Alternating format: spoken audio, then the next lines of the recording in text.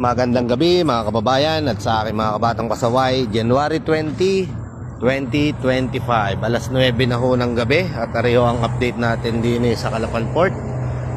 Sumasakay na po yung mga private vehicle at tracking natin sa ating Starlight, Annapolis at sa maya-maya lamang ho ay sasakay na rin po yung iba sa ating Montenegro, Binibining, Batangas. Ari po ang ating arrival, ang ating Montenegro, Reina del Cielo.